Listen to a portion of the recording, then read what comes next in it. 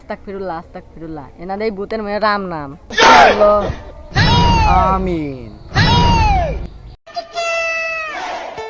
ভাই এভাবে তো আর বেকার বসে থাকা যায় না, আজকে একটা চাকরি জোগাড় করতেই হবো।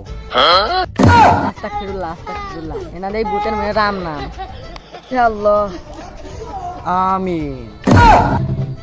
আমার চাকরি লাগবো না। কে তুই কি বড় লোক হয়ে গেছো? চাকরি খুঁজতে খুঁজতে আমার জীবনই টানা টানা, এখন চাকরি আমার খুঁজু। চাকরি খুঁজবো না পুলিশ খুঁজবো?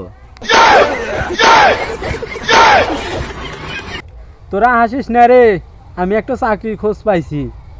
কি চাকরি? একটা কোম্পানিতে 20 জন লোক লাগবে, মাসে বেতন 20,000 টাকা। কি কস রাকিব, 20,000 টাকা? কাজ কি? সেটা জানি না। কাজ জানিস না, বেতন জানো? তুই দিন ভাই আমি শুয়ে উঠছো। আর ইন্টারভিউ দিতে গেলে কি কি জিজ্ঞায়? অনেক কিছু লাগে, যেমন তোর অভিজ্ঞতা কত। আমার অভিজ্ঞতা অনেক। কিসের অভিজ্ঞতা? বানর লাগে না, কিন্তু আমি চাইলে দিনে 12 ঘন্টা ঘুমাইতে পারি। এই অভিজ্ঞতা দিয়ে তোরা চাকরি পাবি। সে আমাকে সারা রাত নাইট গেটে চাকরি দিলাম, সারা রাত জাগতে পারবো, তারপর এসে ঘুম পারমু।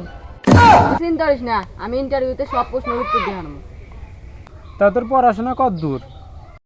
স্কুলে গেছিলাম, তা ভেবলাম আমার দ্বারা পড়াশোনা হবো না, তাই স্কুল থেকে বেরিয়ে আসি।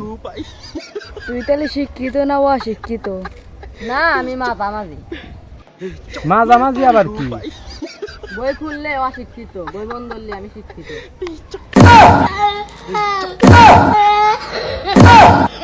কোন চাকরির পিছনে গেলে লাভ নাই, আমরা নিজেরাই ব্যবসা করবো।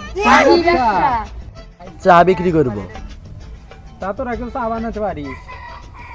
না তা দোকান আছে? না। কিভাবে ব্যবসা করবি?